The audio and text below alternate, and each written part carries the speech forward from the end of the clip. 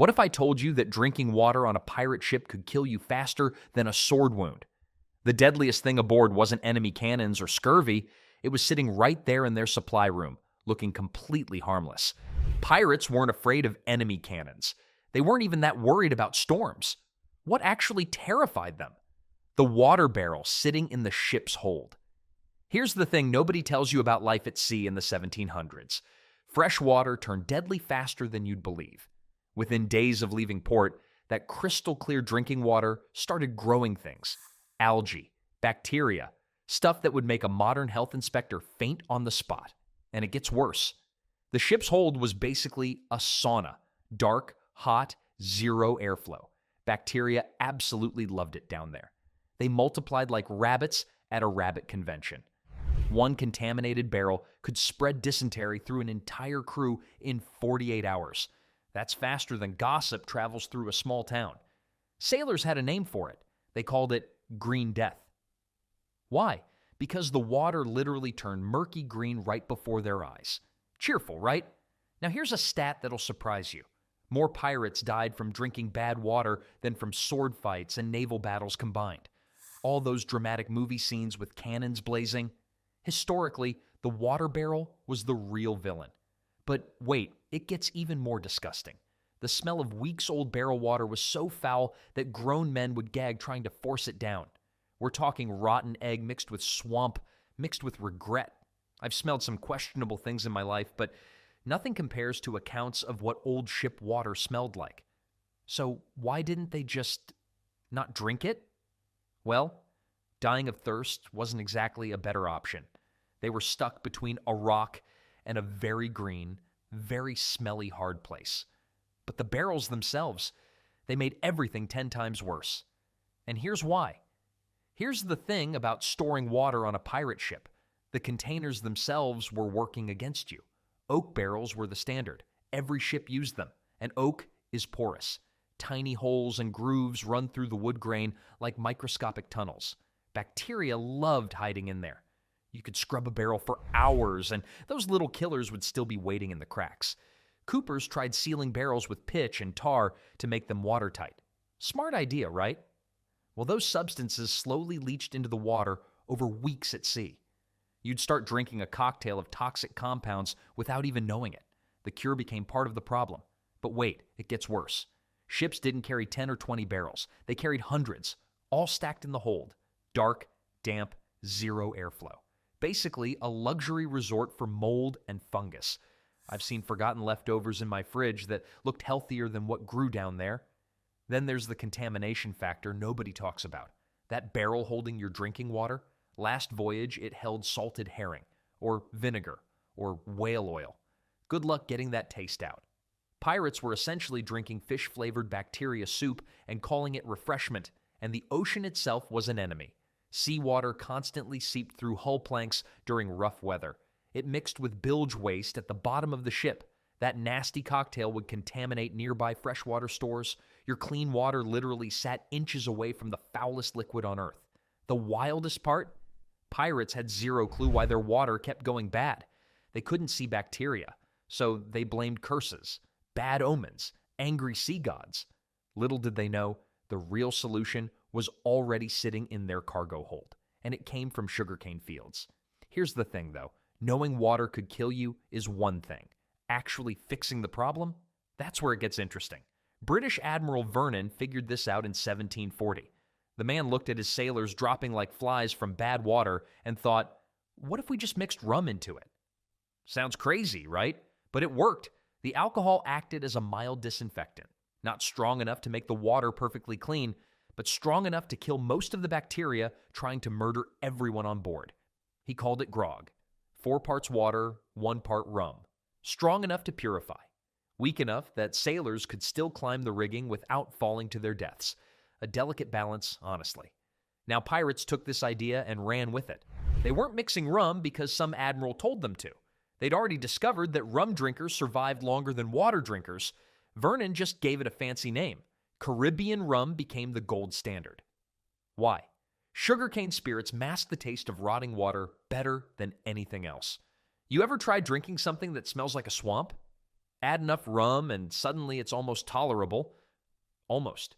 The standard ration was half a pint of grog daily. That kept crews hydrated without turning every voyage into a floating bar fight. My grandfather used to say moderation is key, except when it comes to surviving at sea. Then, it's literally medicine. And here's the proof it worked. Ships that ran out of rum saw disease rates spike dramatically within the first week. No rum meant drinking straight contaminated water. Drinking straight contaminated water meant dying. But rum wasn't the only solution sailors discovered. Turns out there was another drink they consumed by the gallon, every single day.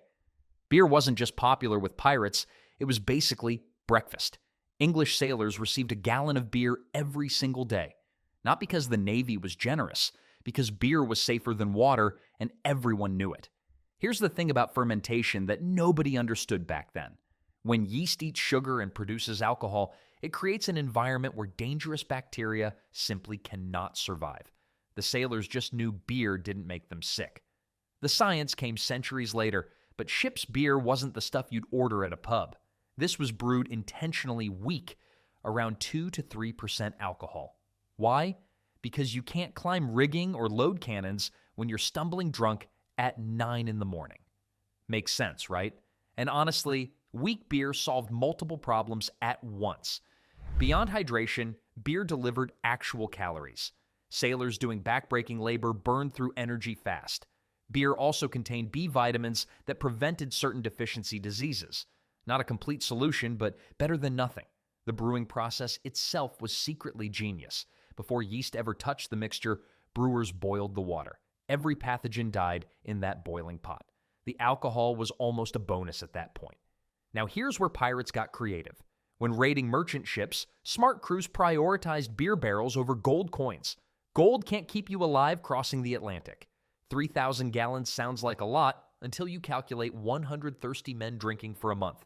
That's exactly how fast it disappeared. I'd personally take the gold, but I've never been dying of thirst on a wooden ship.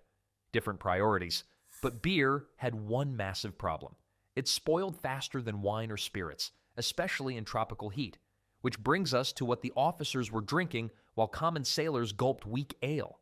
Wine wasn't just for celebrations, it was survival in a bottle. Ship captains and officers rarely touched the same grog their crews drank. They had something better. Wine, with its higher alcohol content, lasted months longer in tropical heat without turning into vinegar. The common sailor got watered-down rum. The captain got Bordeaux. Sounds unfair, right? Well, rank has its privileges. Spanish and Portuguese pirates had a particular obsession with Madeira wine. Here's the wild part. This wine actually got better during long ocean voyages. The heat and constant rocking in a ship's hold aged it faster. Merchants eventually started sending Madeira on round-trip voyages just to improve the flavor. Pirates discovered this by accident. They just knew stolen Madeira tasted incredible after a few weeks at sea. Then there's brandy, distilled wine with roughly 40% alcohol. At that concentration, bacteria don't stand a chance. The stuff was essentially sterile liquid. You could store it for years and it wouldn't go bad. My grandfather used to say brandy was medicine that didn't taste like punishment. He wasn't wrong, but the real genius, mixing brandy with citrus juice to create punch. Pirates thought they were just making their booze tastier. They had no idea the vitamin C in limes and oranges was preventing scurvy. They stumbled into a medical breakthrough while trying to get drunk. Sometimes the best discoveries happen completely by accident. One cask of quality brandy cost more than a common sailor earned in an entire year. Officers who shared their personal wine with sick crewmen often watched them recover faster than those given water rations. Alcohol wasn't charity. It was calculated investment in manpower. But officers couldn't share everything, and when supplies ran dangerously low, crews had to look up. Rainwater was liquid gold falling from the sky. Pirates figured this out fast. When storm clouds rolled in, the crew didn't run for cover.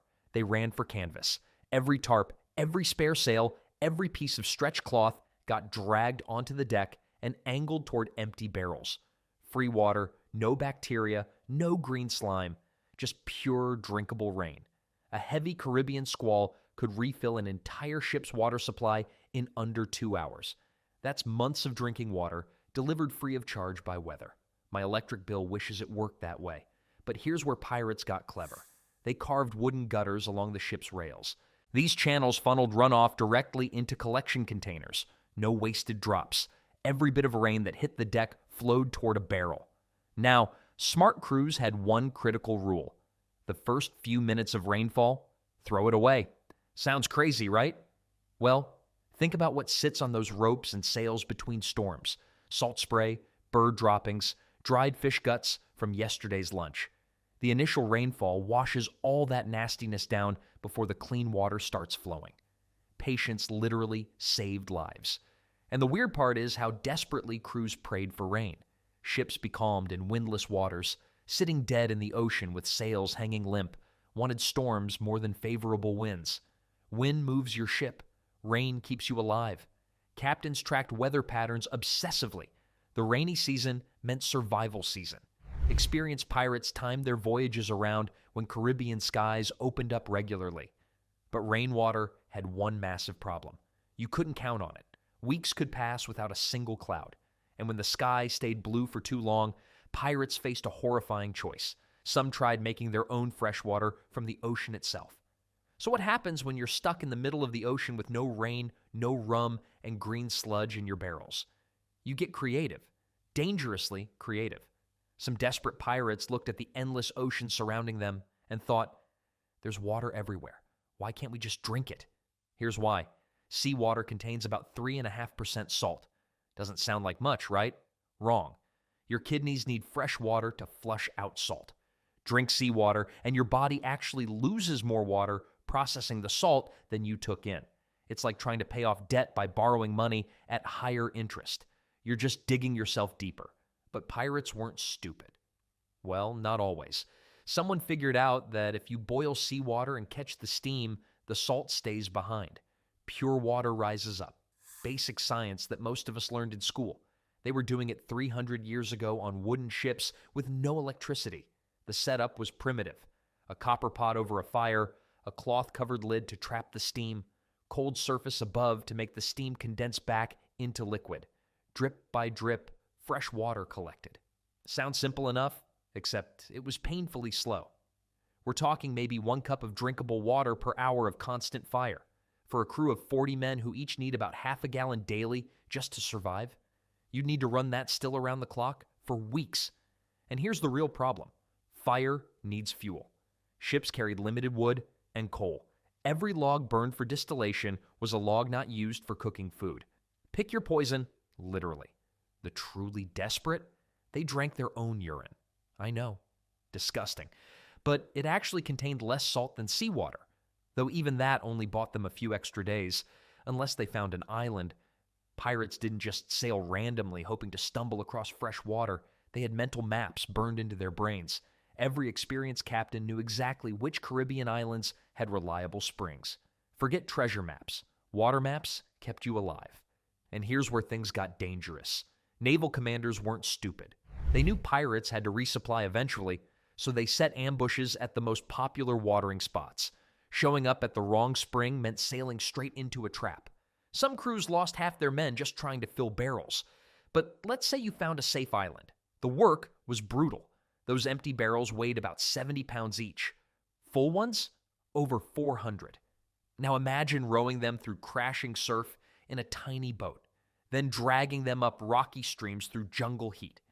My back hurts just thinking about it. Some crews anchored for 3 full days doing nothing but water runs.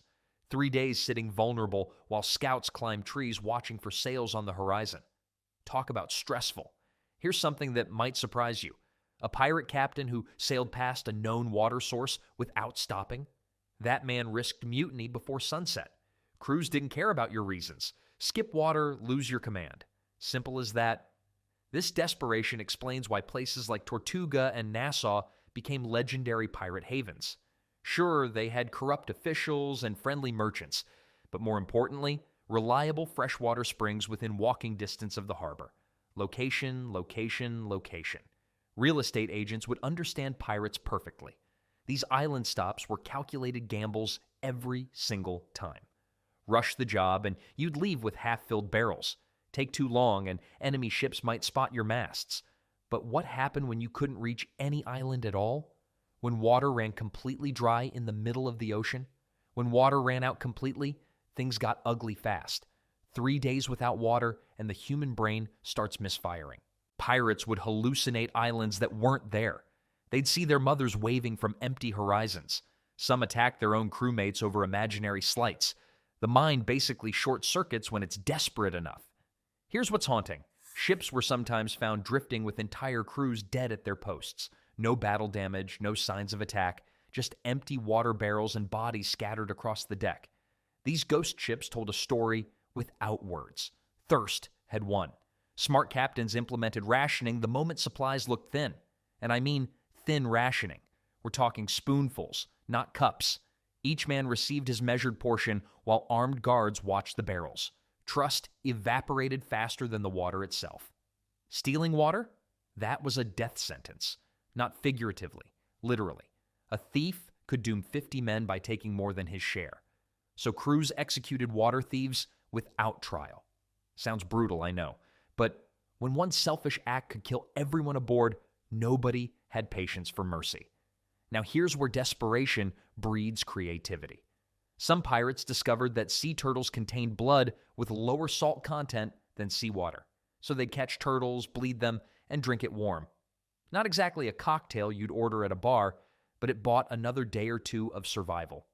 The psychological terror was almost worse than the physical suffering. Dying slowly from thirst while surrounded by millions of gallons of undrinkable ocean. That knowledge alone drove men insane. Water became more precious than any Spanish gold, more valuable than rubies or emeralds. This desperation didn't just affect individual sailors, though. It actually shaped how pirates operated, where they sailed, and what they prioritized above everything else. Here's the thing nobody talks about. Pirates weren't actually wild drunks who loved chaos. They were survivors who understood something critical. Water could kill you faster than a cannonball, and that reality shaped everything. Their reputation for heavy drinking, it wasn't about loving rum. It was about not dying from dysentery. Every time a pirate chose grog over water, he was making a medical decision. Sounds less romantic now, doesn't it? But there's more. Ever wonder why pirates preferred quick coastal raids over long ocean voyages? Water, always water. A 3-week crossing meant gambling with your life. A quick hit on a merchant ship near shore meant fresh springs were never far away. Smart, not cowardly. Ship doctors weren't just sawbones who amputated legs. The good ones memorized which Caribbean islands had clean springs versus mosquito-infested swamps. That knowledge made them valuable, really valuable. A doctor who could find safe water kept more men alive than one who could set broken bones. Then there's the pirate code itself. Many ships had actual written rules about water distribution. Fair shares for everyone. No hoarding, no exceptions. Break those rules and you faced serious punishment. These weren't suggestions. They were survival laws. The most successful pirate captains figured something out early. Managing water mattered more than managing gunpowder. You can win a battle with 30% of your cannons loaded. You can't sail anywhere with 0% of your water supply. Makes sense when you think about it. This explains the ultimate pirate contradiction. They gamble away gold like idiots, but obsess over barrel counts like accountants because treasure couldn't save you mid-ocean. Only supplies could. Water wasn't just a drink. It was the invisible captain of every ship.